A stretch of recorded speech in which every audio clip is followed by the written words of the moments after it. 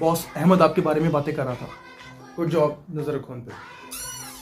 Boss WhatsApp check कर, मैंने आपको फोटो भेजी है। गुड। बॉस अहमद को कल छुट्टी चाहिए और वो आपसे झूठ बोलेगा। बॉस टीम ने लंच प्लान किया है, नजर रखो उन पे। बॉस बॉस वो जरा छुट्टी चाहिए थी। जाओ, तुम्हें किसने रोका है?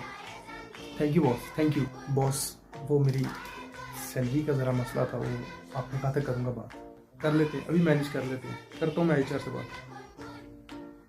यार इस बच्चे की सैलरी का ज़रा करना है, इतनी बहुत मेहनत करता है, पूरा दिन काम करता रहता है, इसकी तनख्वाह ज़रा थोड़े से इंक्रीमेंट जो है ना, कम से कम 20% तो बनता है।